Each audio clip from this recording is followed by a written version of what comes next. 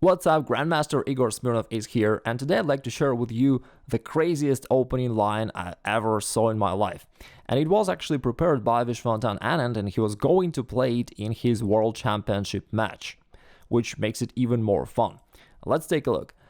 This line happens after the first move, pawn e4, pawn to c5, knight e3, knight c6, bishop b5, so-called Rossolimo Variation, which makes sense for white because by playing bishop to b5 you can get rid of this knight, and even more importantly it's kind of anti-Sicilian because you don't have to learn all the Sicilian variations which could happen, Najdorf variation, Dragon variation, etc, etc, and you limit it down to just one variation which you play, and you know.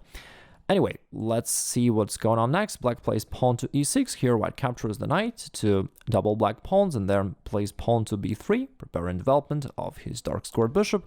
And here, black can play the move pawn to e5, which actually was played by Gelfand in his World Championship match against Anand.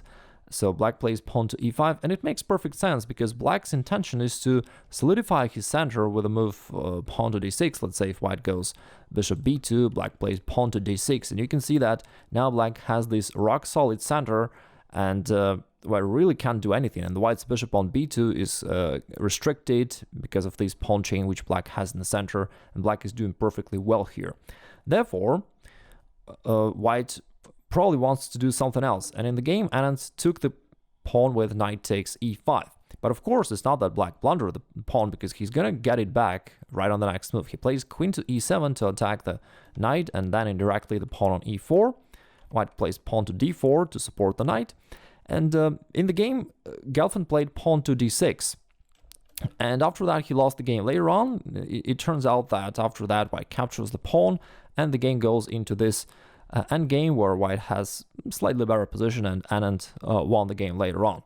But the more critical line here would be, instead of pawn to d6, which allows white to capture one more pawn, black could have played pawn to f6, which looks like a stronger option for black because it does force white's knight to go back, and then after that black captures the pawn on e4, delivering check to the white's king, and it looks like black is doing just fine. And this is exactly the moment where Anand prepared this shocker, the super bold surprise for his opponent. He was going to play here king to d2, which he shared later on after the game when he was talking about his pre-match preparation. And of course the move itself seems crazy and very risky. The king goes to d2 in front of his other pieces, kind of blocking them and putting the king in the central vulnerable square. It looks crazy, but it does make some sense because right now white is playing to play rook to e1 to capture the black's queen. Therefore black has to do something about this, and let's say he goes knight to e7 to close this line so that therefore he can retreat with his queen and save the queen. After that white would probably play rook to e1, the queen goes somewhere, let's say queen to f5, and after that Anand shared that he was actually going to play with his king to c3, which looks like another weird, crazy move. Like, normally you expect white to develop his knight to c3, right?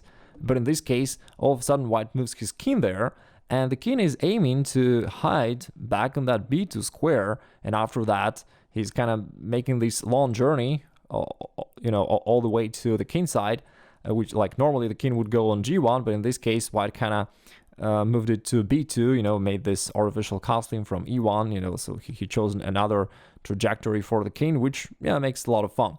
But here, what if black goes pawn to c4, trying to expose the white's king and start the attack right now?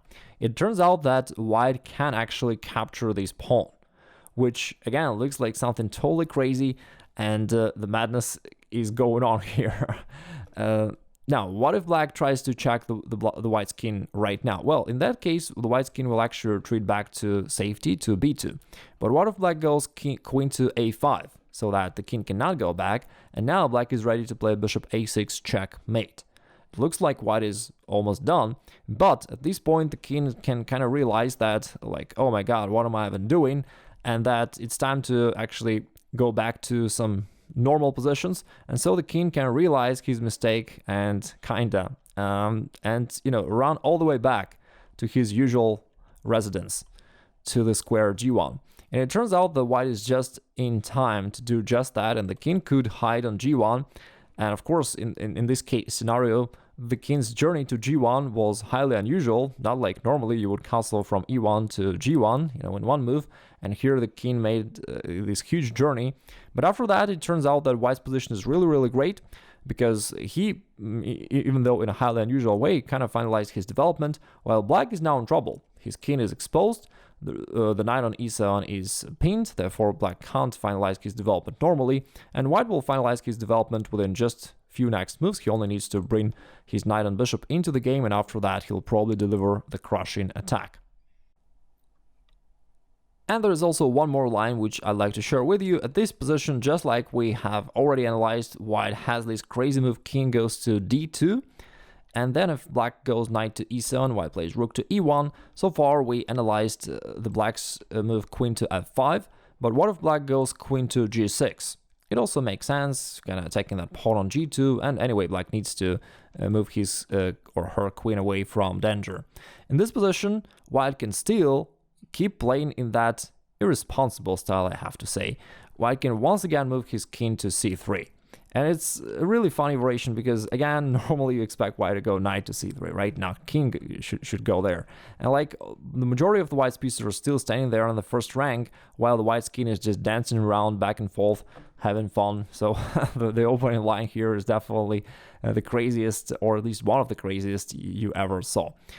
Now, what if black goes here king to f7? It's not that black also gone wild, it's just that black needs to finalize his development somehow, and the knight from e7 is pinned by the rook, therefore can't go away, and black needs to somehow develop his pieces. Therefore, it makes sense for black to move his king away, aiming to move the knight somewhere, and after that develop the bishop,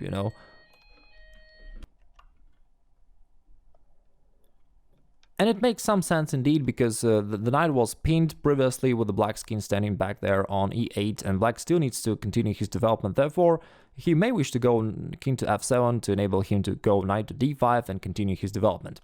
So my question to you is, how would you play here as white? Think about this and write it down in the comments below. Also, give a like to this game if you enjoyed it. It's definitely one of the craziest things I ever saw in my life, with the crazy dancing of the white's king all around the board, having so much fun. Finally, let me also invite you to my new free masterclass, The Best Way to Improve at Chess Instantly, where I summarized the most efficient ways how you can advance your chess level and gain several hundred rating points quickly. You're welcome to click the link on screen or down below and register for the masterclass. I'll be happy to see you there. Finally, have a great rest of the day, and I'll talk to you soon.